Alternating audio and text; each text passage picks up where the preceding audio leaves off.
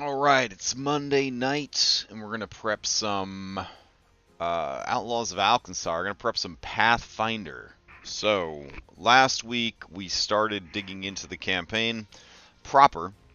Started laying out a general outline and whatnot, and now we're ready to begin, I guess.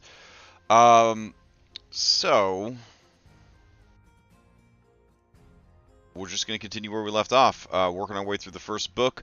And as we do, we're going to flesh out other areas of prep that we need to explore and look at, both running the game, but also prepping the game, and also building our knowledge base about the game itself.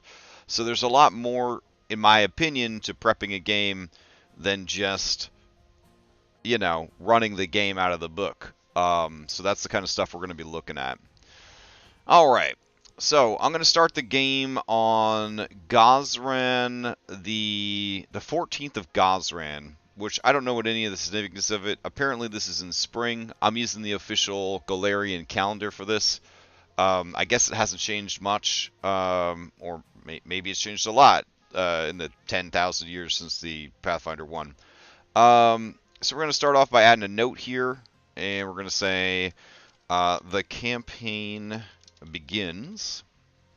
And I can put this here because it will be available to all players in all games when we clone this out to make the two different servers for the game. Alright, but now we have a good, definitive starting time. Dates and times are important to this campaign because a lot of it is time sensitive. I don't know what it is about campaigns with campaign timers, but I keep running into games with campaign timers. It certainly adds a lot of tension to a game. It certainly adds a lot of drama. Is it the best way to do it? Who knows for sure.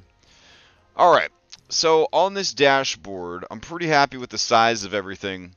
I am going to go ahead and make it a little uggo now. I'm going to take this draw polygon tool, and I'm going to go ahead and lay down a polygon around the bottom that blocks weather. Then if I am so inclined, I can. Alright, hold on. I gotta back out of this. Here, we'll go full screen on it so that I have enough room. In case I want to use the scene to have like weather effects or something like that, I could do it without any real issues. Here we go. This is the kind of stuff that I just want to have set up ahead of time visually. Alright. Drag this over and down. There we go. Let's see. Is there a reason? Oh. Goddamn. Okay. It's being so finicky. Alright. Drag this over here. And up here. To end our lovely shape. Alright.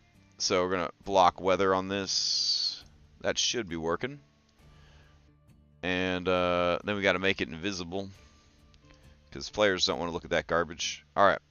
So now, if I go over here to effects, we could add some steam and clouds, which might look kind of cool. Maybe some embers, because, they're always like building shit. That might be kind of cool. So let's go here, turn on clouds. I don't remember what direction them clouds are going to go in, so I think for now I'll set it at 0, see what happens there. And let's go ahead and see how it looks. Okay. So the clouds are moving a little fast, and I wish they were a little bit bigger. So I'm going to increase the size, but I'm going to lower the speed. And I guess I'll raise the lifetime a bit. There we go. And then with the embers, I'm kind of liking the embers just fine. I think that looks pretty cool. Gives us a little hint of smoke. I like the clouds kind of adding a little bit of haze there to the scene. Just makes it a little bit more interesting, you know what I mean? Alright. And it doesn't go down here and crowd all this up and block the site down here, which is lovely. All right. So, okay. One of the things that I wanted to do that I realized at the end of last prep session is I need to go through each of these maps and I need to check, and this is unfortunate, I need to go through and I need to check to make sure I'm not missing out on anything. So, what I mean by that is that some of these notes, they tell you like, click here to cause this to happen, click here to move this, and I don't have that, and I don't have that set up properly. I haven't gone through and checked to see if that will work or not. So let's go through. The porch asks for perception check. That'll kick that into the chat if I hit it. So if I do that, I got to select a token to choose the effect on, or I just throw it in the chat like that. There we go. If I hit porch, it will take me to that part. If I hit kitchen, it'll take me to that part. So I just need to make sure, either beforehand or just when I'm running it, that I'm going through and I'm checking all these things. All right. So, because some of them are going to have buttons and that do things, that run macro scripts that just make things a little bit easier on everybody. I need to not have to lean. I don't need to lean as hard on the original adventure PDF in the Pathfinder Foundry stuff as you would normally. So I got to remember that. I got to remember that everything I need is here in Foundry, and I can trust the module to actually do what the module says it's going to do. So I got to make sure I keep track of that. Also, for keeping things clean, I'm going to get rid of these originals because the adventure is packaged with these lovely incarnate style maps, but they do include the original maps from the original adventure. And while they are certainly passable, and they are all set up with journal notes, with NPCs, and all the things that you would need, they're still kind of like, you know, not as good. I'm just going to put it out there. They're not as good as the ones that they made in Incarnate. So rather than have doubles of everything, I'm just going to go through here and delete all that. Just to save some room. All right. Another thing that occurred to me that I could be doing is I could go through and populate some of these rooms and scenes to have patrons in them. Yeah, they look dated. Thank you, Darby. So if I go to Citizen, I believe I have an Alkenstar Citizen here. And the Alkenstar Citizen is designed to randomly poop out a different picture every time it's put down there. Good stuff. So I can use this to sort of populate the world. Now, I also went through and made sure that all my Alkenstar citizens had a pistol and a knife on their person, in addition to this passability power of the mob. So I want all my scenes, when they're in them, to feel full, right? So I did go through and add about 100 or so just random thematic arts. So like I can go ahead and just sort of toss those in. Now, there's a good chance that I'm going to wind up with duplicates, and that's fine. But, you know, we got over 100 to start with. That ain't bad. So here we go. And I really do want to sort of breathe some life into this, have it feel like, you know, there's a lot of people here. Let's see. So I'll just drop a bunch of these throughout. There we go. Private meeting rooms, people working in the kitchen, people eating in the kitchen. All right, so we'll just throw some randos in here. I think I actually have like a cook Man, let's see. Cook? No. Chef? Let's see. Go back. Headshot NPCs. Well, we don't need those. Undead. We got nobles. Only a couple of nobles. A bunch of commoners. No dwarves. Um. What's my naming convention on all these? Oh. Okay. So I have an NPC that I do need to make called the Paperboy. So let me duplicate this. And we're going to make something called the Alkenstar Citizen named template. All right. And how this one's going to work is it's going to be a linked actor, and it's going to hover by anyone, show the name of the person. And then it's going to have vision enabled because it's going to be like a more important character. And it's also going to have not a random thing, but an actual... God, my brain is so dead. It's going to have set artwork. So we'll do that. There we go. All right. So this is for named citizens. So anytime we need a named citizen, we're just going to go here and pull them up that way. So in order to generate this named citizen, we're going to go and, let's see.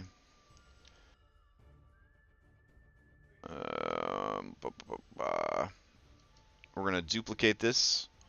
And then we would put, instead of Alkenstar Citizen, this is going to be Paperboy. And what I'm going to do with the Paperboys is Paperboys are going to be all over the city, and they're going to be like a quest NPC that gives you information about where things are going. They're going to be part of like the spy network, delivering messages in the mail, keeping an eye on things. Because I found this adorable artwork of the Paperboy, and I was like, we got to have fucking Paperboy. He's so cute. So I'm going to actually make them a part of the campaign. Probably need to make them smalls, though. So let's see. Medium, small. There we go. So when I drag him out, he would be small. Perfect. So we'll have him maybe standing out front, shouting and trying to sell his papers. There we go. But look at how cute. Look at how cute. Of course, this place has got printing presses and a newspaper. You gotta have that. Oh, yeah. That's true. That's true. Let's see. So overall, pretty happy with the Paperboy idea. The Citizen token looks like it's going to be working pretty good. I can't believe in the few that I've dropped, I've already had duplicates come up. But there are some celebrity appearances, if you know what I mean. A couple of people you might recognize in the tavern. You know what I'm saying? Sorry, the saloon. Anyways, let's get back to prepping. All right, I'm gonna go ahead and move my. Yeah, I'm gonna move my notes over to here. And then if while I'm reading the adventure, I can either adjust the Foundry or I could adjust the document. Now, when I'm not streaming my prep all the way and I'm not trying to show every part of the process, I would probably have the adventure open on my side monitor, and then like I'd have the notes document and then the Foundry, and then I'd probably have another window open where I'm searching stuff and looking stuff up, because I use a 3-monitor layout when I'm prepping. Like one huge monitor that has like a huge screen resolution, a lot of space, and then I've got 2 decent-sized monitors that are turned sideways, like portrait view, and those are great for like throwing documents up onto and stuff like that. All right, so punks in Powder Keg. We've been working our way through it, and let's see. Reach for the sky. They rob the bank. According to our notes, the characters reach 2nd level once they return to the barrel and bullet after their bank heist. I want to point that out because I think we had a comment on the prep video last week that said they would already be level 2 after the bank, but they're not level 2 after the bank. They have to make it all the way back to the barrel and bullet, which means they have to go through the junkyard, and therefore they would still be level 1 in that fucking junkyard, which that's a pretty scary proposition. All right. Let's see. All right. For example, you know, this is the boss of the bank is level 3, which level 3 against some level 1 people, that's going to be a tough-ass fucking dwarf right there. That's going to be a tough fight.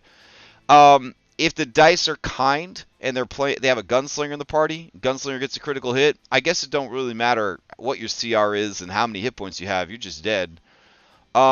So they have to go back through this whaling scrapyard, which is just 5 encounters just stuffed onto one map. Am I doing downtime level up or Final Fantasy style? I will probably do Pathfinder 2E is a lot like 4th edition D&D. They kind of expect you to like catch your breath between every encounter. A great example is this whaling scrapyard. You got 1, 2, 3, 4, 5, 6, 7, 8, 9, 10 encounters. 10 fucking encounters on this dinky ass map. I'm sorry, it's a small ass map. So you got this small ass map, you got 10 encounters on it, and the way you're supposed to run it is 100% like a video game. Do not run your Pathfinder 2 like a simulation. Do not run it like a simulation. All of the monsters in B2 are going to wait patiently for the characters to finish firing fucking guns and blowing things up 10 feet away on the other side of this wall of garbage. They're not going to be like, oh, let's ambush them while they're fighting. Right? And then over here, there's going to be like an ooze, right? And the ooze is like, I'm not going to sneak up and attack these guys while they're dying on the ground fighting this other monster. I'm going to wait patiently for them to engage me and then go fight them. It is fucking dumb. Like, I don't know. It's like the suspension of disbelief that I'm having to bring to the table is palpable.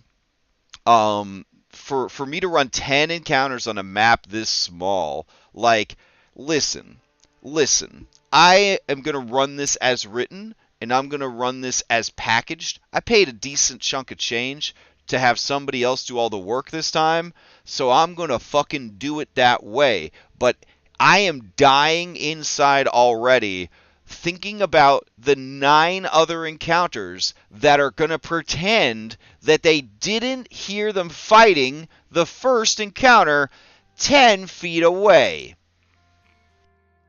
I don't know. I don't fucking know. As a player, I'd be, yeah.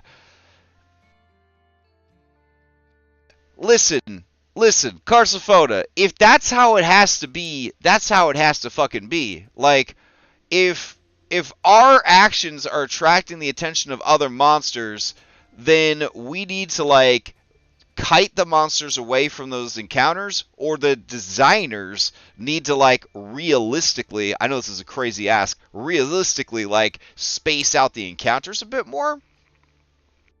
Maybe? I don't know. Like, maybe you don't need an encounter in every fucking room of the dungeon. Have you thought of that? Like, maybe some of the rooms in the dungeon could just not have encounters in it, and then you could add the encounters that you were so horny to add to, like, a random encounters chart. I'm just saying. I got feels about it. So I guess in session 0, maybe I should tell the players sooner. In session 0, I'm going to just say, listen, in Pathfinder 2, you live in a video game. It's a video game world. There's level 3 bankers, okay? The bank manager's level 3. They know they're level 3. Everybody's got a fucking level. Everything's got a numerical value. If they see you in a fight, they're going to ignore it because that's not their fight. It's the dumbest shit ever. But, like, if we don't do it that way, if we ran this how I run a Dungeons & Dragons game, where, like, there's some small amount of realism, you're just going to end up fighting 10 encounters worth of bad guys at once, and you're going to die, and that's going to be the end of the campaign. Either that, or I got to take out a bunch of encounters because, you know, it just doesn't make sense. But hear me out. What if I just ran Pathfinder 2 the way I run all my fucking games, and just killed everybody? Like, would that be so bad? I mean, would that be so bad? I don't know. Anyways, let's keep going. I'm just getting a goddamn aneurysm thinking about, like, trying to create the mental headspace where I'm like, yeah, this checks out. This makes sense. Anyways, all this is already prepped for us. Fantastic. We got the cockroaches, we got the oozes, we got this really cool airship ghost. There's a magic button that we hit that makes that shit happen. This weird mutant Knoll shows up, and she's like, fuck y'all, coming into my junkyard. The end. Alright, so we get back to the barrel and bullet, and then she's like, you guys have unlocked special archetypes unique to this adventure. I like that part for ES design because it's easier to balance it, but yeah, if they're 10-minute focus pointing it to walk 50 feet, I'm suspicious as hell. So, hear me out. Hear me out. I'm not Ashwin, right? So, like, I'm just going to have the encounters come one after the fucking other, alright? And you're going to be burning all your fucking resources. You're going to be crying like a fucking baby.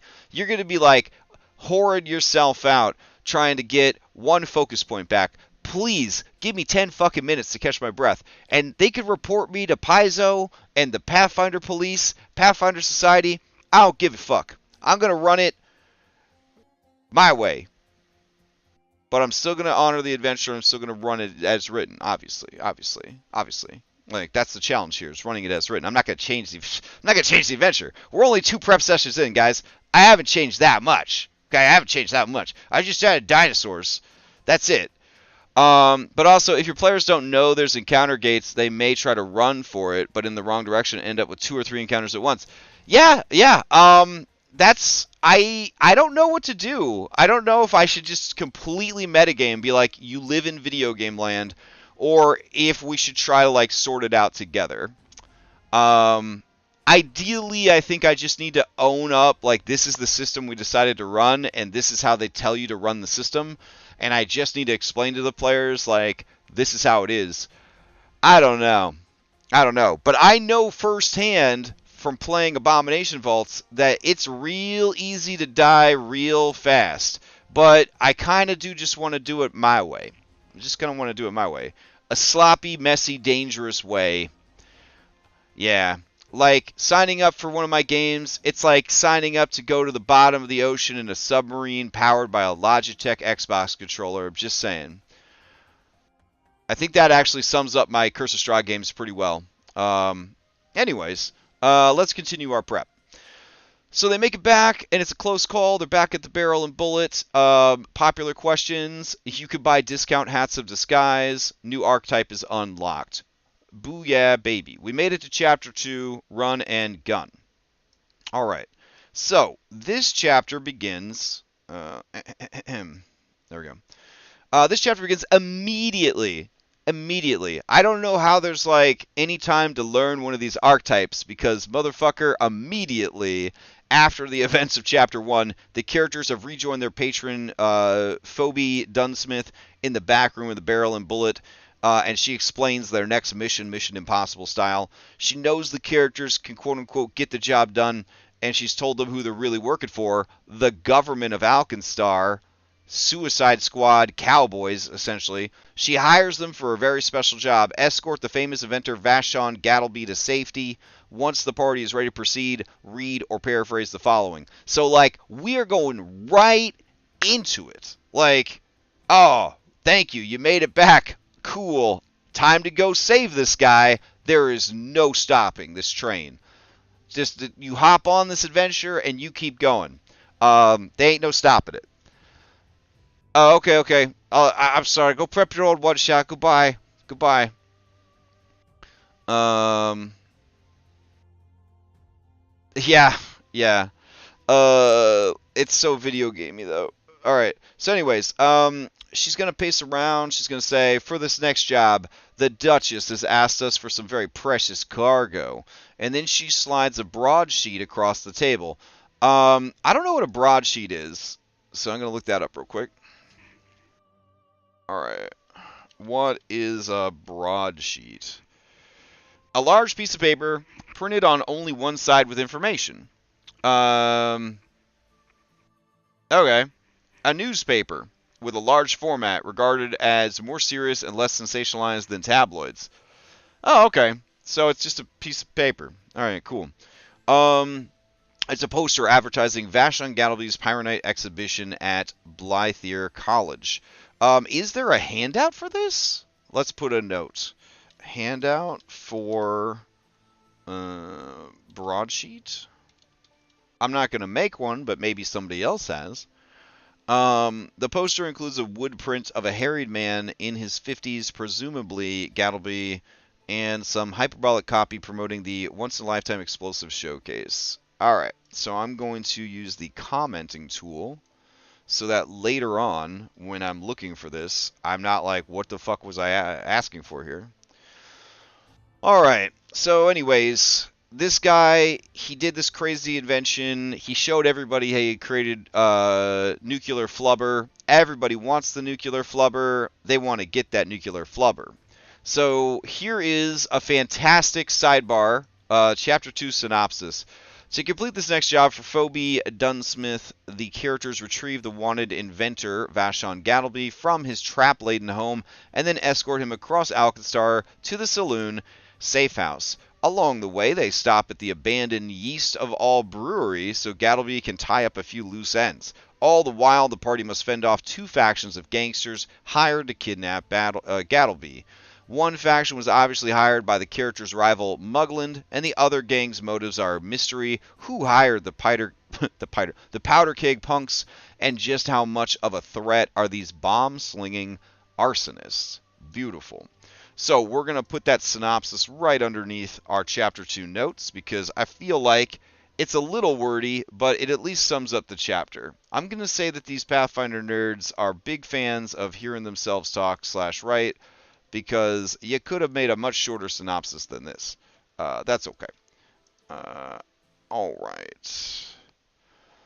So that brings us to questions your party will probably ask and answers you should give. I love that fucking section. That's good stuff.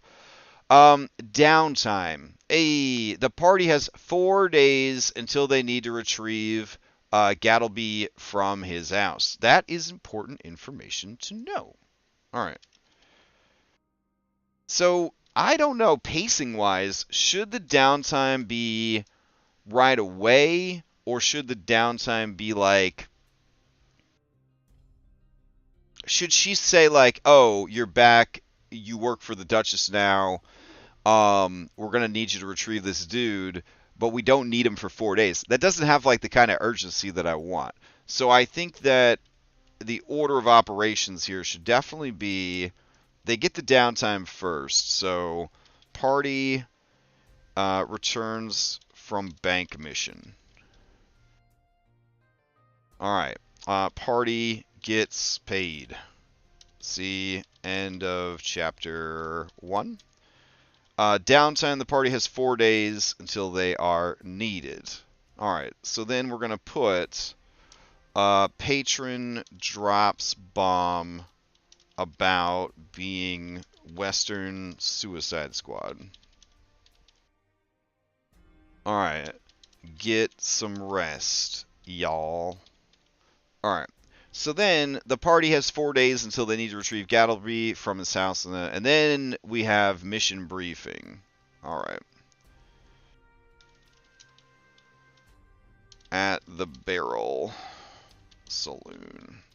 Alright.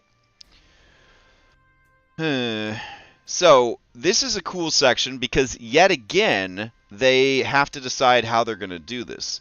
Um, so they recommend telling them that they need to get the guy in the next 4 days. Um, And I guess that's kind of cool. It says the party has 4 days until they need to retrieve Gattlebee from his house in Steamhaven. They can attempt to retrieve him sooner if they like, but after 4 days, Muglin and Lovelace abscond with Gattlebee, jeopardizing the Grand Duchess's plans. Dunsmith suggests the party use some of their downtime to scout the best route from Gattlebee's. I do think that's kind of cool because yet again, like the bank heist, it does push the players to find a way to work as a group and explore the different ways that they might be interested in doing this.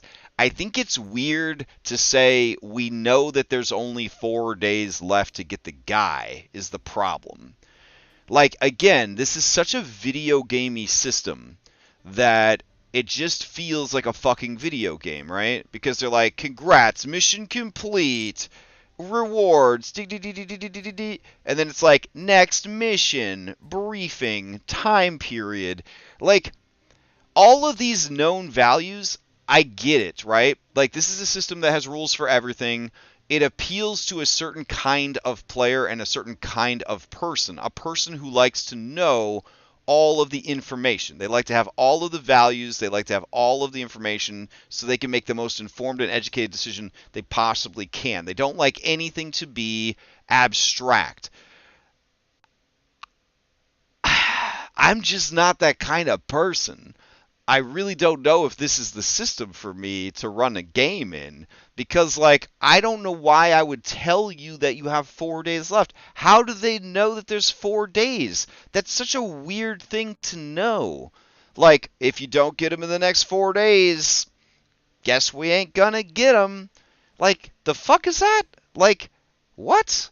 If you don't get them in the next 4 days, you just don't get them? Like, how? How do you know? Like, what factors at play here are making you so sure that if you don't have him in exactly 4 days, it's going to be gone? Like, I just don't get it. Like, what? It just doesn't feel natural, right? Like, it feels like a video game, and I'm just having so much trouble as I read this adventure adapting the way I'm thinking and running a game to be like, well, it's a video game. You got 4 days. I just don't know, man. I just don't know how I feel about that. So like, I don't think I would tell them that they have. Yeah, I don't think I'd tell them they'd have 4 days. I would just be like, yeah, yeah, okay. So I'm gonna put, here we go. They get downtime of 1 day. No pressure. All right, then we're gonna have chapter 2 starts. And then we're going to put secret timer. Do not tell PCs how much time they have. Instill urgency, comma, but encourage planning. If pressed, say at least a day or two, comma, but many factions are after him. All right. Okay. So that works pretty good. All right. So the mission briefing at the saloon, blah, blah, blah. All right. Record how many preparation points? Preparation points? Oh my fucking god.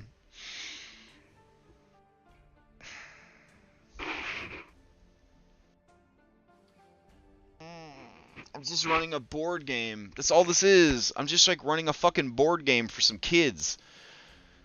How is this tabletop, man?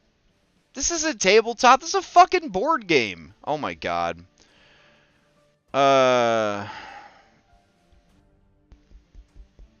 Alright. Otherwise, they're free to spend their downtime as they wish. This is also a good time for the players to increase their character's level 2 if they haven't already done so. They can purchase goods and services through Dunsmith, even if they were spotted during the bank robbery without their hats to the skies. They can still purchase common equipment.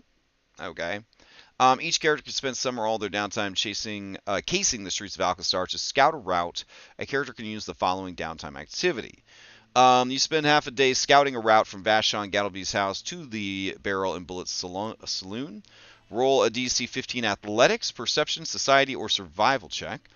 Critical success, you climb to a great vantage point, spot noteworthy details, learn interesting information. You earn 2 preparation points. On a success, you get 1 preparation point. On a failure, you fail to discover any useful information about the route, and there's no critical failure, so that's pretty kind.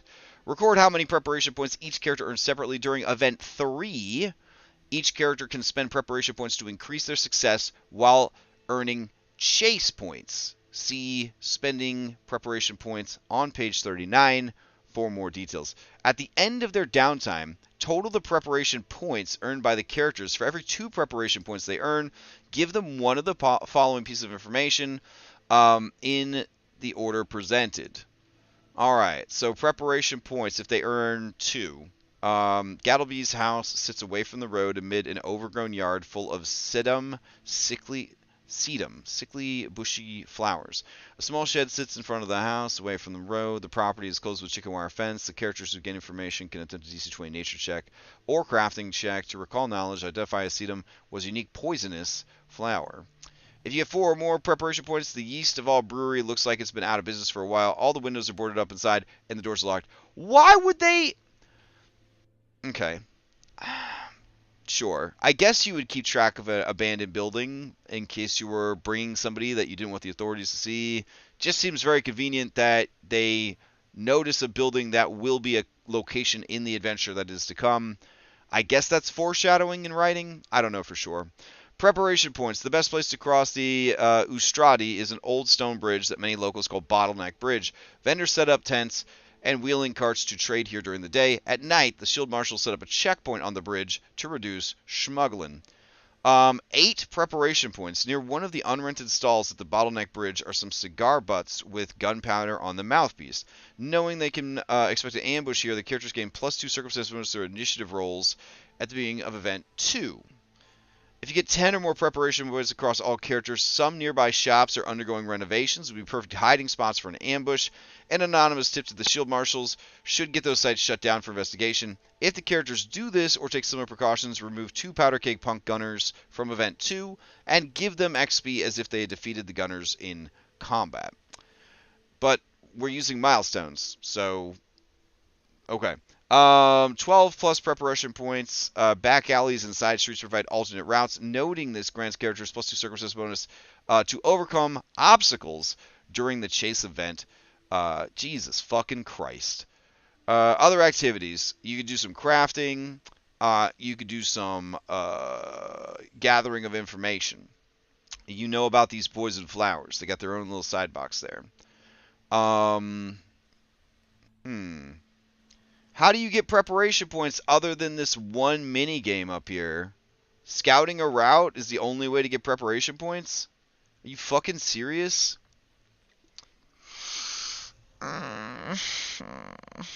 Okay. Wow. Okay. Alright. Let's see. Preparation points. Encourage the PCs to prepare for this mission. Award preparation points. Preparation points as you see fit. That's right. I'm going fucking rogue. Based on player decisions and role playing. Yeah, that's right. I'm arbitrarily handing out rewards for role playing instead of just math. Yeah, I'm not gonna make it, guys. I'm not gonna be a Pathfinder DM. This is really bad.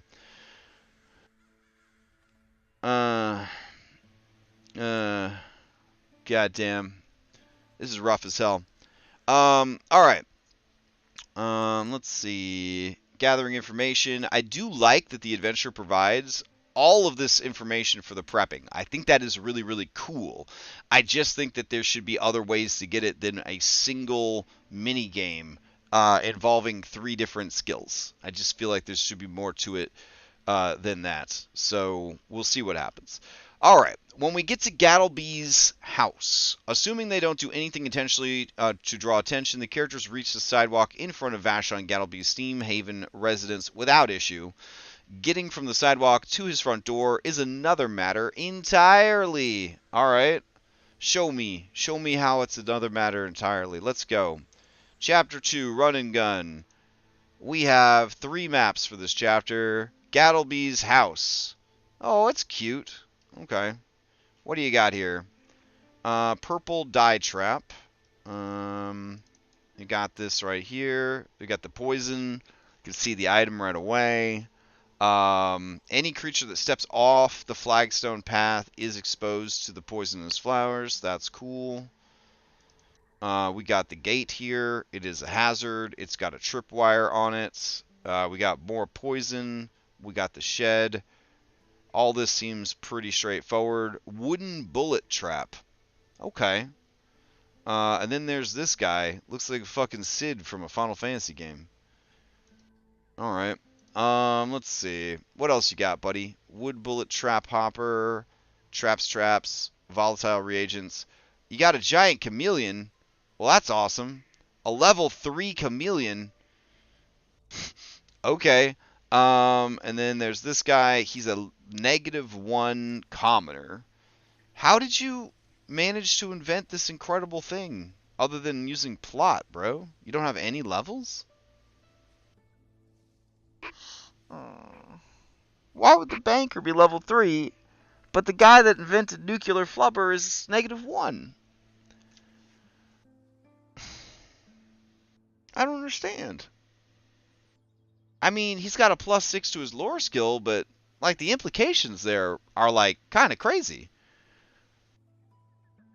Could anybody who rolls, I don't know, a 26 on a lore check for explosive flubber invent this incredible fuel source? Like, I don't know. I get that as a video game, they want to make sure that the NPC that you're protecting is weak and not strong, and I get that if he were to help you in combat, they want him to not really be able to help much at all, because a level -1 against level 2 encounters ain't gonna do shit for shit. So that explains why you guys are going to save him, but it just feels kind of bad. It's another like hand wave plot situation, more video gaminess. Like, I don't know. Wah. I'm just man. All right. Slick doesn't mean the character's harm, but the panic chameleon still causes a considerable ruckus, knocking over furniture, slamming his tail into creatures, tearing up the floorboards, etc., etc. Gattlebee's system, shrinking Slick. All right. So I take it he ain't gonna go nowhere without Slick. That makes sense. Let's keep going. He has built all sorts of traps and features to keep people out. So he has a shitty gate. He has a level 1 Thunderstone trap. I'm surprised this guy hasn't been kidnapped already. He's got a stink sap trap that makes you smell bad. He's got a purple dye trap, which is apparently squirting the iconic automaton assistant in the face. That's what that artwork is right there. There's a storage shed. There's the front porch. Oh, we're out of music. Hold on. There we go. Oh no singing in this here music. You stop it. All right, let's see what else we got.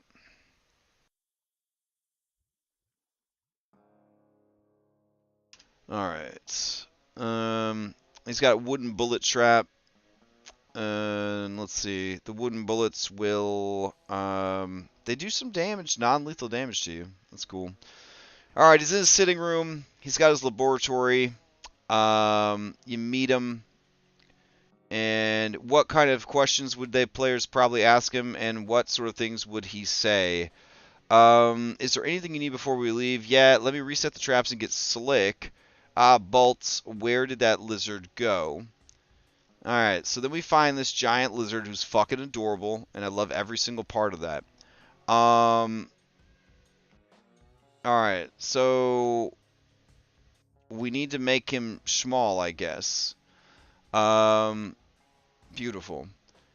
Let's see. After they've met Gattlebee in a moment to rest to heal.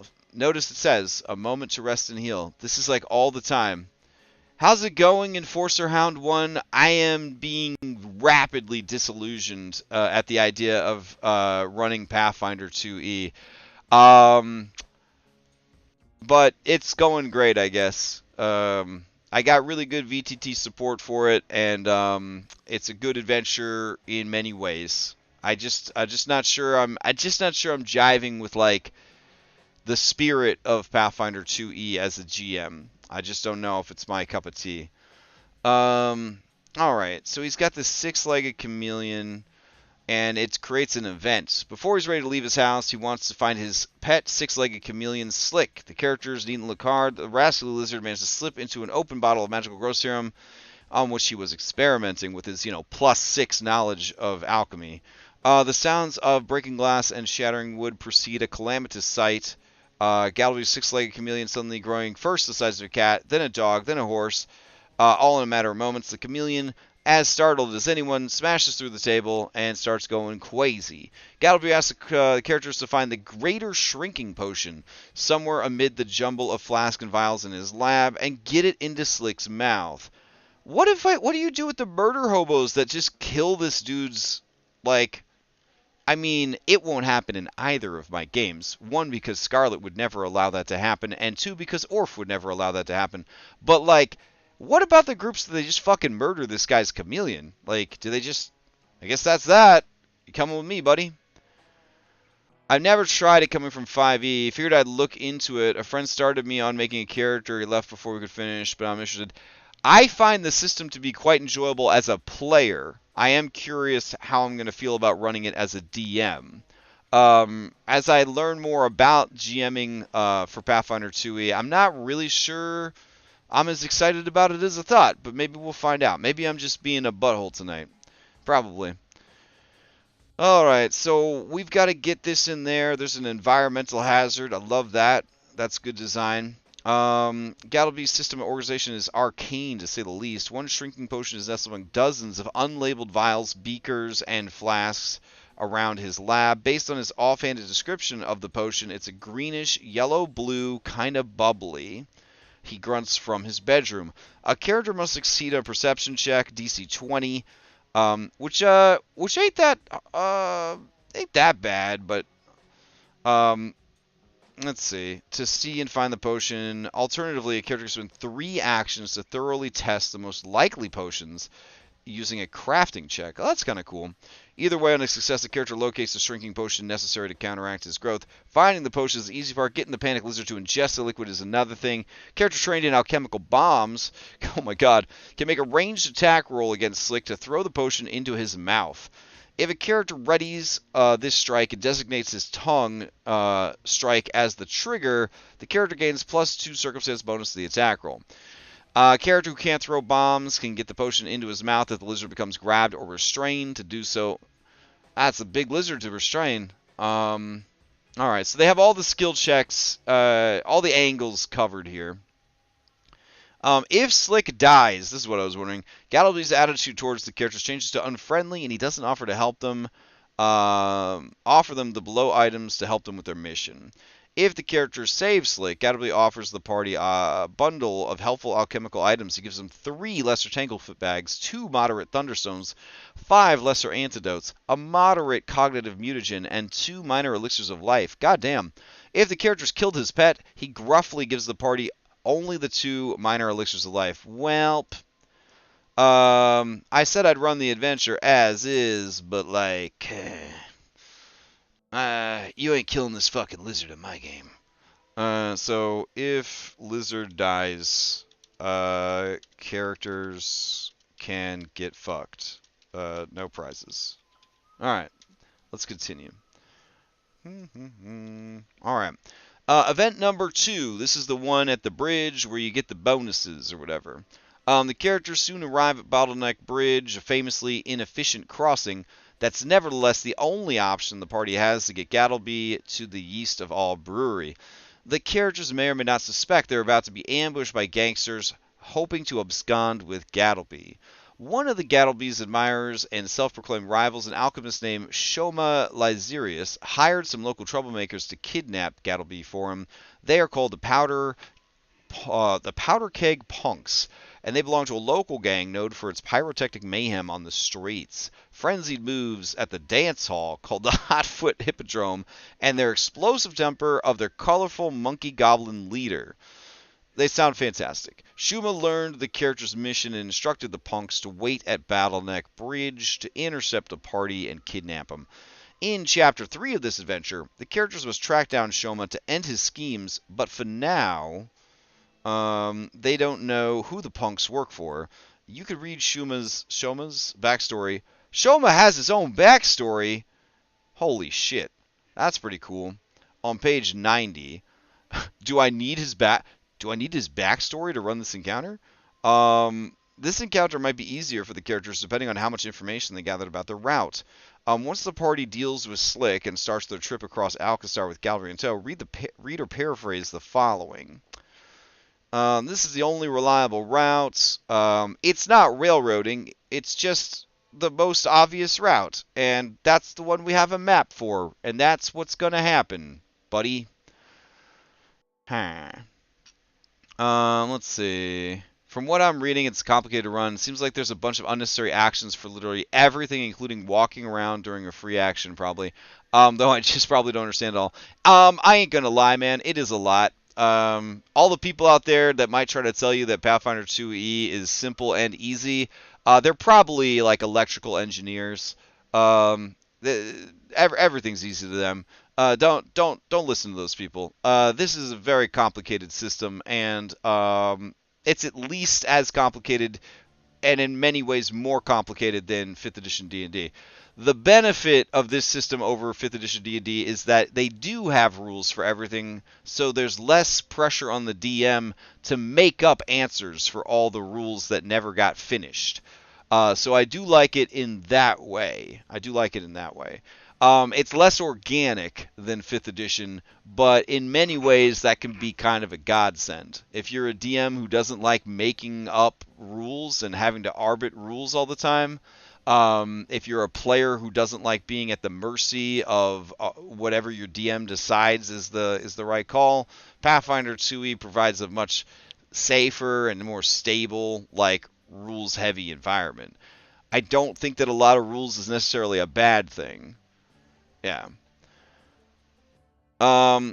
Yeah, I mean, I worked really hard to learn as much about the system as I could in a short amount of time. The best thing that I managed to do was just start playing. And then I've been learning as a player. There's still a lot of stuff I don't understand, a lot of stuff I get wrong. I let my groups know that, walking into running this, that this is my first time running Pathfinder 2e. So we're going to, run it and fix it as we go sort of thing. But there's a part of me that's like, when I run this, I'm going to run it as detached as I possibly can. So if an encounter is overtuned and kills everybody, I'm not going to feel guilt because I'm just running it the way it's fucking meant to be, it's presented. If everything is too easy and the whole campaign is just easy mode and they steamroll the whole campaign, that's not on me. I'm just running it the way it's presented. So I'm trying my best to approach this as just sort of like, a learning experience. Yeah. Alright, so let's see. Powder Keg Punk Bombardiers. That sounds cool. There's two of these guys. They have a move called Bombing Run, where they throw bombs, and they get to run. That's amazing. Then they got these Gunners. They have Gunshot, Sneak Attack, and Toss and Shoot. They get to throw an Alchemist Fire and shoot their gun. Oh, at the bomb. Oh, that's fucking cool. Alright. Well, I mean, I'm not really running it raw. I don't think I'm actually capable of running raw. I'm gonna run as raw as I've ever run anything raw in my life. That's the goal. I'm gonna try to run it as raw as I possibly can. As I possibly can, which is to say, not very raw at all. But I'm gonna try. Let's see. 2 items in the pockets of the powder keg punks should grab the character's attention. They're quest MacGuffins. They'd be glowing. Yeah, 75% is the goal, Darby. That sounds good. That's a fair goal. 75%. Event 3, running from the punks. If the characters decide to run from the punks, they encounter a number of obstacles that slow their progress and block them from their planned route. This is a great time to use the chase rules in the Game Master's Guide. I will say that the chase rules for Pathfinder 2e are fantastic, and I have already adapted them for 5th edition. They're that good. So I don't mind running a chase scene here. That's fine. Alright. Spending preparation points. Earlier, the characters had the opportunity to scout out their escape route, playing that fun mini-game. After a character rolls a check to earn chase points, they can spend a preparation point to increase their degree of success by 1 step. Holy shit, that's good. Each character's preparation points are tracked separately, and characters can only spend the preparation points that they themselves earned individually. Alright, here are some chase obstacles. Oh, that's really cool. They have custom chase obstacles. Aw, I like that. Alright, so I think we should do, let's see. Chase scene once players realize just how many powder punks have been called in. Alright, cool. Let's see. Event 4, Gun Down. The powder keg punks may not be particularly shrewd, but they're certainly tenacious. Run this event if the characters decide to stand their ground on Bottleneck Bridge immediately after Event 2, or if they are caught during Event 3. Alright. 2 more gunners cut off the characters standing between them. Gunners everywhere. No time for questions. Just killing. Wow. Okay. So, what is this scene for? Event 4? Okay. Event 4 is worst case scenario. Just kill them, I guess. Alright. Good notes. Good notes. Yeastoval Brewery. Midway between Gattlebee's house and the Barrel and Bullet, not far off the eastern gate of the abandoned quarter called Ironside Quarter, is a dilapidated industrial building that they for some reason scouted ahead of time. I guess their gut feeling told them that they're going to end up here eventually. Gattlebee's former lover, Amory Brontessler, owned the business before it went under. In those days, Gattlebee frequently met Amory at the brewery for midnight tryst? What the fuck word is this? God, these Pathfinder people are so smart. Hold on.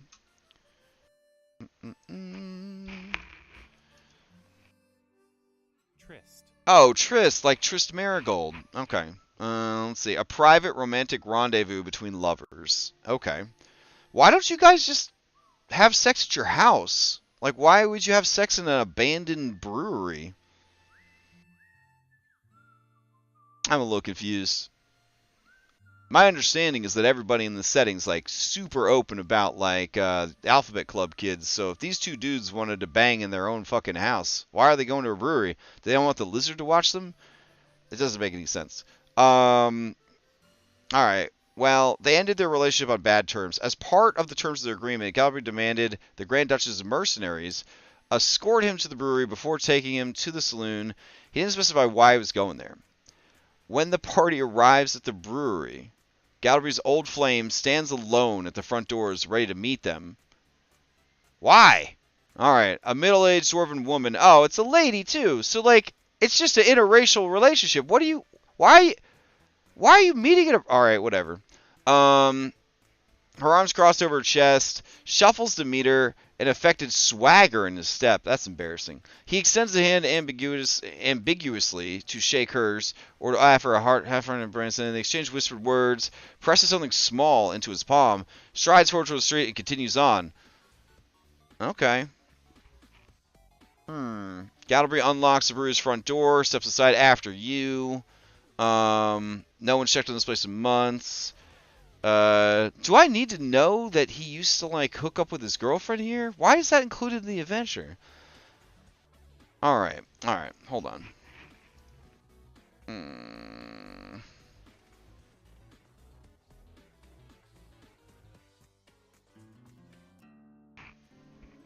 I'm trying so hard to understand what's going on here. Whatever. So now we're here at the brewery. The tasting room. Clientele shopping for beer. Creatures. Amory's clockwork brewers remain on standby in this room. Okay. Guard the front door. Okay, that's pretty cool. Alright, so we came here to, like, Home Alone the powder punks. Okay, I got it. Beer vats. Yeast oozes. What? Left to bubble. Oh my god. Left to bubble and froth away on their own for far too long. The fermentation vats have naturally produced a pair of yeast oozes. Well, of course they have. The oozes are still dormant until a creature stands next to the top of the vat, at which point the ooze pushes the lid off its vat and attacks the creature. Okay. Sure. Storage room. Let's see. I mean, it's cool. It's a yeast ooze. That's kind of fun. Maybe it gets you drunk. I don't know. Let's check the adventure. Let's see. Bottleneck Bridge, where the murder happens. Okay. That's a really small bridge. They couldn't find a way across this fucking water. Any other way? This is the only way across the water?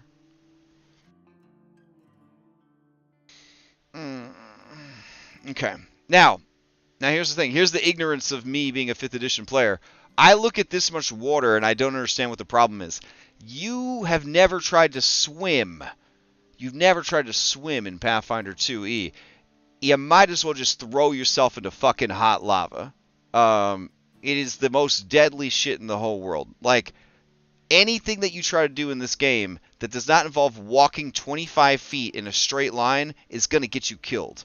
So I guess I understand why this small-ass body of water can only be crossed by this narrow-ass bridge in I guess, the city's worst decision about infrastructure. That's okay. Let's keep going. So we got Yeast of All Brewery.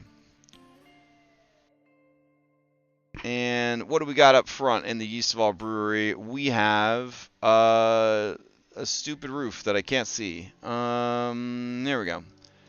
We got this clockwork brewer. Oh, that is adorable. Oh my god. Okay. So then they go into this main room. And there's Clearwater Cleaners. There's Dewey Daystar. There's Roxy. Oh, over here we've just got these yeast oozes. Level 2 ooze. It will hit you with its pseudopod and its monstrous yeast, which is a disease. Whenever a creature infected with monstrous yeast takes cold damage, they make a new saving throw with a +2 circumstance. Okay. So they give you a yeast infection. That's really gross. Okay. Let's keep going. Let's see. Is there a way to, like, pop the lids off of these? There's no way there's a button just to pop the lids off these. Event 5. Beer vats. Nah, we're good. Okay. Let's see. Shootout reprisal. Whether or not the characters explore this room, they're destined to have a shootout here. They're destined to have a shootout here. There's no fucking choice. It's not railroading, though. It's just destiny. I gotta remember that one. There's a storage room here. It's got empty barrels and equipment. We got a workroom. We got a wasp swarm. Just wasps. That makes sense. It's an old building. Where are the wasps at? In this one-story building. Roxy, storage room, workroom, bathroom. I do respect that there is a bathroom in this facility. Mad props. We got this guy in the back. Where are my wasps at? Am I missing something? Let's see. Roxy, Dewey, Clearwater. Um. Hmm. All right. D4. Oh shit! That's a lot of wasps. Oh my god. Level 4.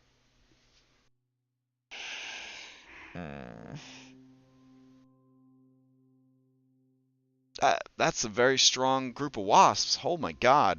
All right. I think they have the weak tag on them, so they're like not super strong, but holy shit. Okay. So then we've got the who is Kasali? What is Kasali's business? We got the warehouse, and then we've got the Iron Hunters are led by a skilled forger hailing from Nex named. All right. Let me remind myself what Nex is. Hold on. Let's see. Pathfinder, Nex. Nex is a cosmopolitan. This is an article on the Nation of Nex. Pronounced Nex. It's a cosmopolitan realm on the southeastern coast of Garund, filled with arcane wonders and ancient scars. It was established by the mighty Wizard King Nex, who vanished 4,000 years ago. The nation, now known as Nex, grew up around the ancient city-state of Quantium during the Age of Destiny, which is where our gunfight's going to take place.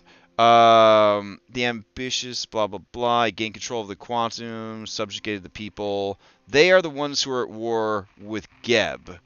Okay. So these are the quote-unquote good guy wizards, and then Geb, because of misconceptions about necromancy, are the bad guys. That's my stance on it. All right. So let's see. So why are you here? After the bank foreclosed on the brewery, it removed anything of value and ignored it. They're a mix of... the seven wanderers call themselves the Iron Hunters. That's great. The Iron Hunters are led by a dude. Like Kasali, the rest of the Iron Hunters don't maintain a neat appearance by design. Let's see. The Septet gathered most of the food and useful stuff. Kasali's second in command, a clockwork expert named Bolsa. Bolsa, the non-binary dwarf. I like that. Good for you. Let's see. Bolsa. Bolsa, they didn't even give you a fucking character sheet? Oh my god. Do you have any art? Oh man, we gotta fix that.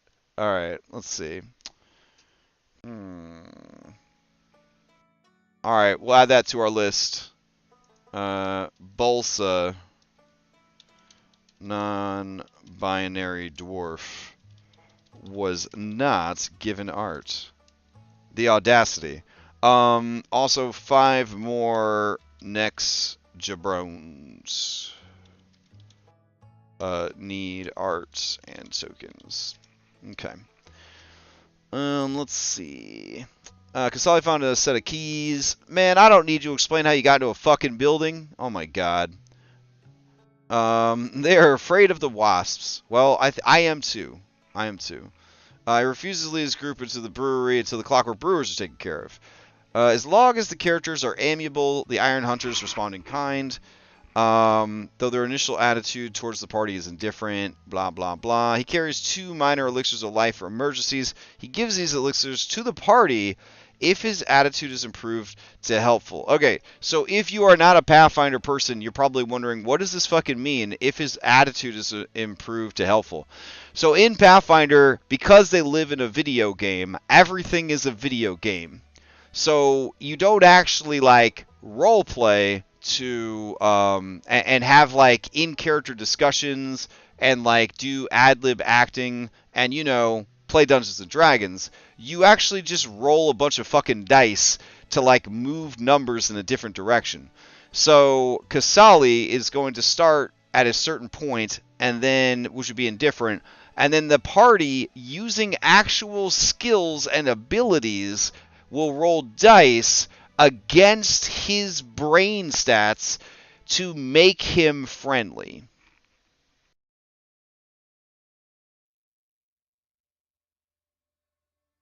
So that's how that works. Yep. Anyways, I guess it just beats 5th edition character casting charm person on everybody and, you know, calling it a day. He gives these elixirs to the party if his attitudes prove helpful. Well, that's wonderful. For befriending Kasali or any of the other Iron Hunters, you get 30 XP, which is very useful since we're using milestones. Cold storage. When do we get to talk about Dewey Daystar, the fucking cactar? When does that come up? The biggest investment he made in the brewery was the cold storage room. It allows you to keep brews cold here. There is treasure here. Oh my. That's pretty dope.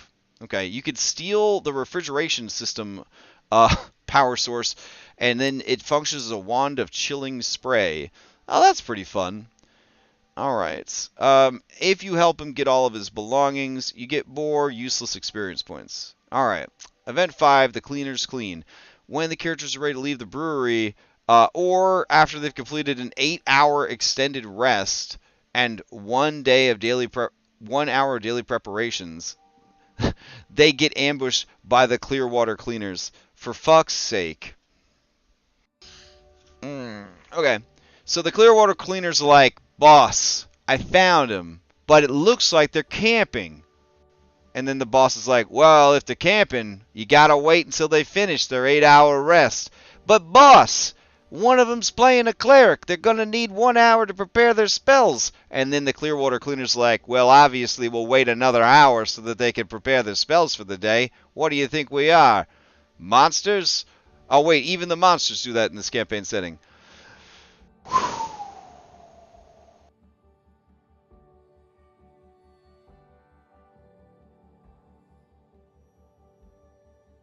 Yeah, I mean, is it like that, Dom? Is it, though? Is it really? Is it really like that? I mean, are the rules in 5th edition D&D, they're more like guidelines, you know what I'm saying? Like, over here in Pathfinder land, we got real laws and shit, man. We got rules over here. In Pathfinder Nation, you never have to be afraid that the DM is just going to make shit up, because they're just going to use the rules. Like, that's how it works. The people in this game are going to be safe from the DM just making shit up. Yep, that's right. That's what's going to happen for real. Anyways, Dewey Daystar, what is your situation, Dewey? Whether they're the main brewer or not, Dewey and his pet Prairie Dragon... Prairie Dragon? What the fuck? Alright, hold on. What is a Clearwater Cleaner? Alright, it's a Leshy... An evil Leshy gang member. Okay.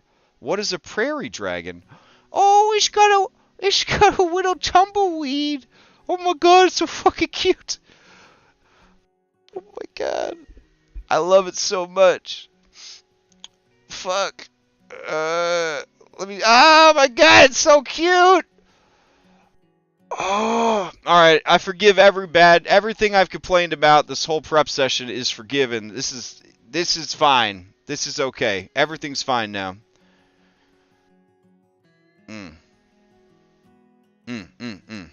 Alright. Let's see. And then we got Dewey. Dewey Daystar. What a total pimp. Look at that guy. Alright. Why doesn't he have 1,000 needles? An attack that does 1d 1,000 damage. This is so stupid. Like, why wouldn't he have that? Well, alright. We gotta change that real quick. Give Dewey Daystar 1,000 needles. Alright. That's not change. That's not really changing the adventure. Giving a monster an ability that can do 1,000 damage, that's not really changing the adventure. And that's barely touching the adventure. It's still raw, guys. It's still raw, alright? Listen, it's still raw. It's still raw. Alright. Wow. Well, no wonder they wait. He's such a dapper gentleman. He wouldn't attack these guys while they're taking a long rest. Oh my god. When Dewey dies, a burst of primal energy explodes from his body, healing all plant creatures nearby. The area fills with cacti, becoming difficult terrain. Aw, him as Groot. That's fucking crazy. Okay. I'm not sure I like that. The Clearwater Cleaners are Leshies. And then that is that. What the fuck? If the characters question any of the cleaners, the mercenaries readily admit that Lovelace hired them to kidnap Gattlebee. Dewey has a note he planned. Wait a minute. You said at the beginning of the adventure that Muglin was trying to kidnap him. Okay. I don't remember Muglin's part showing up fucking anywhere in here. That's fine. In addition to his listed items, Dewey carries 30 GP on his person, paid to him by Ambrose Mugland. Oh, Mugland and Lovelace are working together. Alright, that's cool. Save at last. Once the cleaners are taken care of, the party can escort Gattlebee to the Dunsmith at the Barrel and Bullet. They don't encounter any more opposition. And they get a bottle of whiskey and 50 gold each. That's quite a fortune right there. For successfully completing their mission, they get some experience points. Wowee. And that brings us to Chapter 3, Turn in Them Screws. And I'm fucking done prepping for the week. Yikes. I'll be back next week to keep prepping this wonderful adventure. And, yeah, quick announcements. We ain't doing nothing tonight. Tomorrow we're going to play Pathfinder Abomination Vaults, to the best of my knowledge. Everything keeps getting canceled. There won't be Cyberpunk Red tomorrow. Wednesday night we're going to keep playing Dragon's Dogma on stream, trying to get that knocked out by the end of the month. Thursday we got Curse of Strahd Nightfall. Friday we're going to do a quick vodcast about GMs and DMs saying no, and that it's important to say no sometimes. So if you are kind of a jerk DM and you want to feel, you want to be in an echo chamber, listen to why it's okay to say no, definitely swing by. No, I'm just kidding. If you want to listen in or you have questions or whatever, join us in chat. But yeah, we're going to talk about that.